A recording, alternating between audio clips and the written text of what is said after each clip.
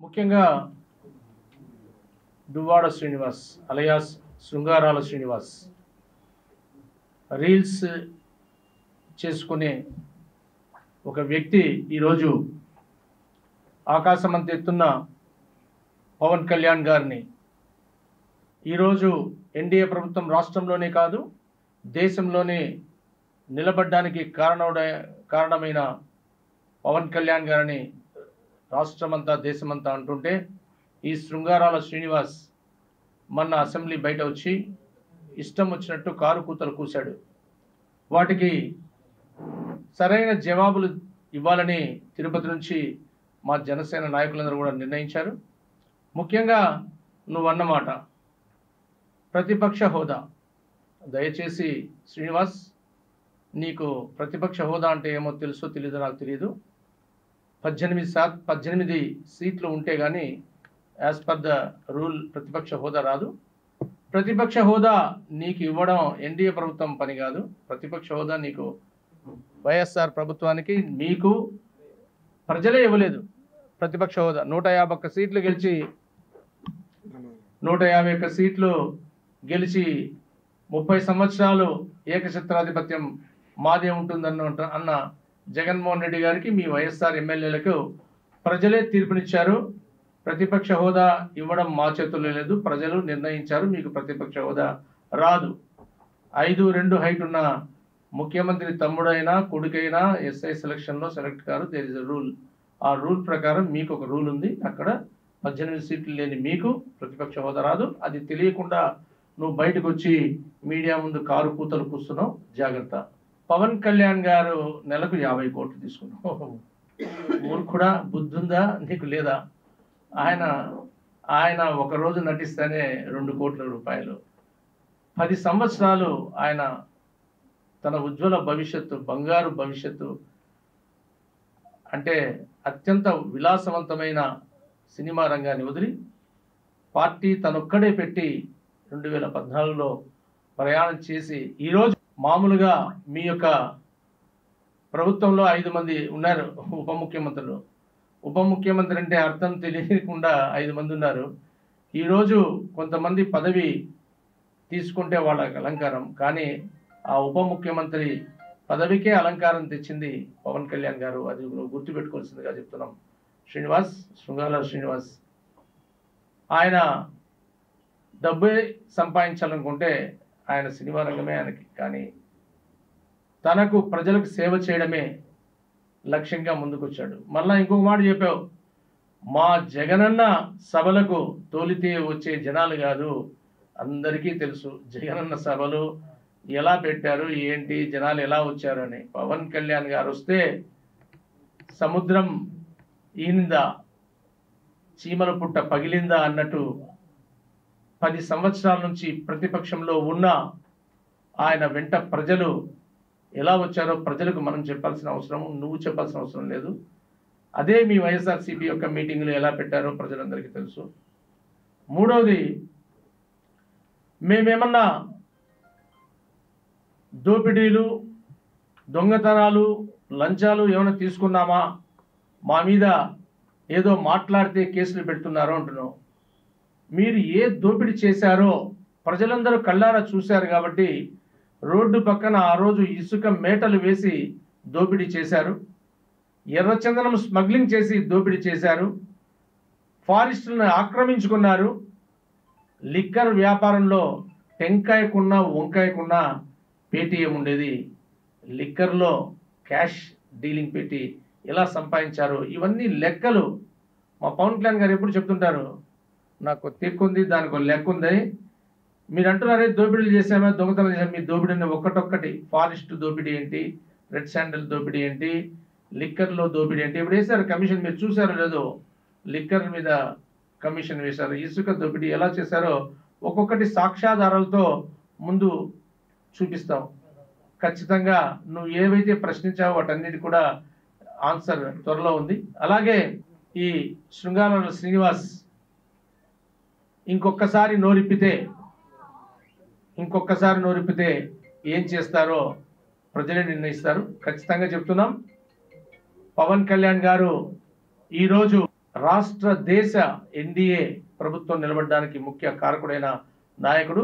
అటువంటి నాయకుడిని ఇంకొకసారి నువ్వు మాట్లాడితే ఈ శృంగార శ్రీనివాస్కి ఆన్సర్ జనసేన నాయకులే చెప్తారు. పవన్ కళ్యాణ్ గారు ఆకాశం అయితే నువ్వు ఆయన మీద ఉమ్మాలని చూస్తే నీకే అదంతా పడుతుందని తెలుసుకోవాలని దువ్వాడ శ్రీనివాస్కి తెలియజేస్తూ ఖచ్చితంగా చెప్తున్నాం. పవన్ కళ్యాణ్ గారు నువ్వు అన్నావు ఏం చేశాడు, ఎందుకు ప్రశ్నించాడు, గొంతు మూగపోయిందా అని.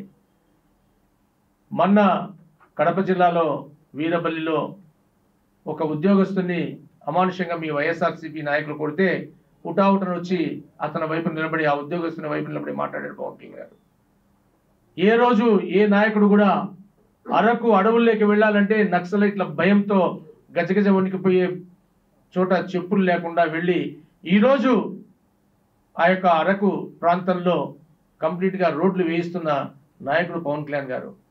గ్రామ స్వరాజ్యం దేశ స్వరాజ్యం అన్న గాంధీజీ కలలుగన్న ఆ మాటని నిజం చేసే విధంగా పంచాయతీరాజ్ శాఖ తీసుకొని ఈరోజు ఒకే రోజు 13,326 గ్రామ సభలు పెట్టి గ్రామ స్వరాజ్యాన్ని తీసుకురావాలి, గ్రామం పటిష్టంగా ఉంటే రాష్ట్రం దేశం బాగుంటుందని పవన్ కళ్యాణ్ గారు అడుగులు ముందుకు వేస్తున్నారు. ప్రజలు ఇవన్నీ చూస్తున్నారు, నువ్వు చెప్పాల్సిన అవసరం లేదు. ఈరోజు అత్యధికంగా ఫండ్స్ గ్రామాలకు రిలీజ్ అయ్యాయి. వాటర్ సప్లైకి అయితే ఏమి, రోడ్లకైతే ఏమి వేల కోట్లు తీసుకొచ్చింది పవన్ కళ్యాణ్ గారు. ఆ శాఖని ఈ యొక్క శృంగారాల శ్రీనివాస్కి మేము తెలియజేస్తున్నాం. అలాగే ముఖ్యంగా ప్రశ్నించడం మా నాయకుడికి తెలుసు. ఆ రోజు బీజేపీతో అలయన్స్లో ఉండి కూడా విశాఖ ఉక్కు ఆంధ్రుల హక్కు అని ప్రశ్నించిన నాయకుడు పవన్ కళ్యాణ్ గారు. అమిత్ షా గారిని కలిసిన నాయకుడు పవన్ కళ్యాణ్ గారు. ఈరోజు ఆ ప్రశ్నకు సమాధానంగా వేల కోట్లు విశాఖ ఉక్కుకు వచ్చి ఈరోజు విశాఖ ఉక్కు పరిశ్రమ నిలబడిందంటే దాని వెనుకల ఉన్న వ్యక్తి పవన్ కళ్యాణ్ గారిని ప్రజలందరికీ తెలుసు. ఈ యొక్క శృంగారాల శ్రీనివాస్ మాట్లాడినంత మాత్రాన ఆకాశం చిన్నబోదు, సూర్యుడికి మబ్బులు అడ్డం రావు అనే విధంగా పవన్ కళ్యాణ్ గారి యొక్క చేసే ప్రతి ఒక్క పనిని కూడా ప్రజలు చూస్తున్నారు. ప్రజలు సామాన్యంగా నాయకులు వస్తే వాళ్ళ అధినాయకుడి ఫ్లెక్సీలు కడతారు. రాబో రోజుల్లో ప్రజలే పవన్ కళ్యాణ్ గారి ఫ్లెక్సీలు కట్టేది వస్తుంది. ఆయన మంచితనానికి, ఆయన కష్టపడుతున్న తీరుకు ఖచ్చితంగా చెప్తున్నాం. ఈ ఎన్డీఏ ప్రభుత్వం నిన్నైతే ఏదైతే పవన్ కళ్యాణ్ గారు చెప్పారో ఎన్డీఏ ప్రభుత్వం రాబో రోజుల్లో పటిష్టంగా ఉండి ప్రజల శ్రేయస్సు కొరకు పనిచేస్తుంది, కానీ ఎన్డీఏ ప్రభుత్వం స్వార్థానికి పనిచేయదు అనే విషయాన్ని ప్రజలే తెలుసు. ఈరోజు 151 సీట్లని 11 సీట్లకి కిందికి కొట్టారంటే ప్రజల ఇచ్చిన తీర్పు అది మీరు గుర్తుపెట్టుకోవాలి. ప్రజలు శ్వాస పీల్చుకున్నారు ఎన్డీఏ ప్రభుత్వం రావడంతో. ఒక రాక్షస సామ్రాజ్యాన్ని జగన్మోహన్ రెడ్డి నిన్ను అధపాతాలనికి తొక్కుతాను, మహిషుని కొమ్ములు విరుస్తాను అని ధైర్యంగా ఆ రోజు చెప్పి ఏదైతే చేసి చూపించిన వ్యక్తి పవన్ కళ్యాణ్ గారిని మరొకసారి తెలియజేస్తూ ఖచ్చితంగా ఈ జనసేన ఎన్డీఏ ప్రభుత్వం ప్రజల ప్రభుత్వం, ప్రజల మేరకు పనిచేసే ప్రభుత్వం. నువ్వు అంటున్నావు ఎక్కడ వెళ్ళాయి మీ యొక్క 6 సూత్రాలని చెప్పి 1వ తేదీనే అక్కడున్న ఎమ్మెల్యేలు మంత్రులతో సహా వెళ్ళి వాళ్లకు ప్రజలకు పెన్షన్ అందిస్తున్నారు. ఖచ్చితంగా గ్యాస్ సిలిండర్ల విషయం అయితే ప్రతి ఒక్క విద్యా దీవెన, తల్లి విద్యా దీవెన ప్రతి ఒక్కటి కూడా నువ్వు పెట్టి వెళ్ళిన స్థితిలో నుంచి రాష్ట్ర ఖజానా ఖాళీ చేసి వెళ్ళాడు జగన్మోహన్ రెడ్డి. తన ఖజానా నింపుకొని లిక్కరు, శాండు, బ్రాండు మాఫియాలతో జగన్మోహన్ రెడ్డి తన ఖజానాను నింపుకొని ప్రభుత్వ ఖజానాను ఖాళీ చేసి వెళ్తే ఖాళీ అయిన ప్రభుత్వ ఖజానా నుంచి కూడా ఈరోజు సూపర్ 6 అమలు చేస్తున్న ఘనత ఈ యొక్క ఎన్డీఏ ప్రభుత్వాన్ని తెలియజేస్తూ మరొకసారి ఈ శృంగారాల శ్రీనివాస్కి చెప్తున్నాం, నీ నాలుక చీరుస్తాం. నువ్వు గన పవన్ కళ్యాణ్ గారి గురించి ఒక్క మాట తప్పుగా మాట్లాడితే ఖచ్చితంగా 50 కోట్లు తీసుకున్నానని మా సోదరి చెప్పింది. నిరూపించకపోతే నీ తొక్క తోలు తీస్తామని తెలియజేస్తున్నాం.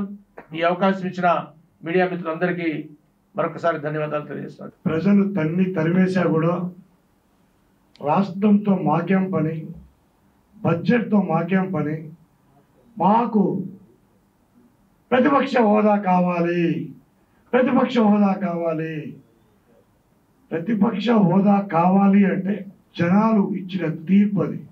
ఆ తీర్పును కూడా మీరు లెక్క చేయకుండా మీరు చేసినటువంటి వెధవ వేషాలన్నీ వేసేసి దోపిడీలు, దౌర్జన్యాలు, దొంగతనాలు, గూండాయిజం అన్నీ చేసి మిమ్మల్ని చూసి ప్రజలు విసిగిపోయి మిమ్మల్ని ప్రతిపక్ష దీనికి కూడా మీరు పనికిరారని చెప్పని ప్రజలు తరిమేస్తే మీరు ప్రతిపక్ష హోదా కావాలని చెప్పి పట్టుబడతారా? గవర్నర్ ప్రసంగం గురించి మా జనసేన పార్టీ అధ్యక్షులు పవన్ కళ్యాణ్ గారు ఎంత వివరణగా ప్రజలకు అర్థమయ్యే విధంగా నీట్గా మాట్లాడితే అసెంబ్లీ బయట వచ్చి ఒక దువ్వాడ దున్నపోతు, సారీ ఏం పేరు, దువ్వాడ శ్రీనివాసరావు, మామూలుగా ఆయన్ని దున్నపోతుతో పోల్చడం కూడా తప్పే. అసెంబ్లీలో ఏం జరిగింది, మిమ్మల్ని ప్రజలు చీకొట్టి మిమ్మల్ని తరివేసినా కూడా ఇంకా నీకు బుద్ధి లేకుండా బయట వచ్చి నువ్వు మా నాయకుడి గురించి విమర్శిస్తావా? నీ కుటుంబాన్ని ఈరోజు రోడ్లో తరిమేసి మీ పిల్లం పిల్లకాయల్ని రోడ్లో వదిలేసి నువ్వు ఇష్టాచారంగా గవర్నమెంట్ పోయిందనే బాధ కూడా లేకుండా ఎక్కడ పడితే అక్కడ మీ ప్రేమ జంట రీల్స్ చేసుకుంటూ, అయినా దువ్వాడం నీకు బుద్ధుందా? పవిత్ర పుణ్యక్షేత్రం తిరుమలకు వచ్చావు, తిరుమలకు వచ్చి దర్శనం చేసుకున్నావా? లేదు. తిరుమలకు వచ్చి కూడా నీ ప్రేమగానాలు, నీ సాంగ్స్, నీ స్టోరీలు, ఆ రోజే మిమ్మల్ని కేసు పెట్టి పుణ్యక్షేత్రాన్ని ఎవరు చేయని విధంగా పుణ్యక్షేత్రంలో నువ్వు చేసినటువంటి కార్యక్రమాలన్నిటిపైన ఆ రోజే కేసు పెట్టి మిమ్మల్ని లోపలేసి ఉంటే బాగున్నావు. ఈరోజు నువ్వు కనీసం ప్రజల్లో డిపాజిట్ కూడా రాకుండా ఓడిపోయిన వ్యక్తి నువ్వు, ఎమ్మెల్యేల మద్దతుతో ఎమ్మెల్సీ అయిన వ్యక్తి నువ్వు, నీ జిల్లాలో జనం చీకొట్టి నీ నియోజకవర్గంలో జనాలు చెప్పులతో కొడితే పారిపోయి హైదరాబాద్లో కూర్చున్న వ్యక్తి నువ్వు. ఈరోజు నువ్వు మా పవన్ కళ్యాణ్ గారి గురించి మాట్లాడతావా? పోరాటం ఏం తెలుసు అంటావా? ప్రశ్నించేది ఏం తెలుసు అంటావా? 10 సంవత్సరాలుగా ఏకతాటిగా పార్టీ పెట్టి ప్రజల పక్షాన నిలబడిన ఏకైక మొగోడు మా అధ్యక్షుడు, జనసేన పార్టీ అధ్యక్షుడు పవన్ కళ్యాణ్ గారు. ప్రజలు ఏ కష్టాల్లో ఉంటే ప్రజల దగ్గరికి నేరుగా వెళ్ళి తెలుసుకునే ఏకైక మొగోడు మా అధ్యక్షుడు పవన్ కళ్యాణ్ గారు. ఆయన చేసినటువంటి పోరాటాలు, ఆయన చేసినటువంటి ప్రశ్నించిన ప్రతి ఒక్క దీనిపైన ఆ సమస్య పరిష్కారం అయ్యే విధంగా ఆయన ముందుకు పోయాడు. మారి అధికారంలో ఉన్నప్పుడు షో చేయడం, అధికారంలో లేనప్పుడు బయట పోయి రీల్స్ చేసుకోవడం, సాంగ్స్ వాడుకోవడం మాకు చేత కాదు.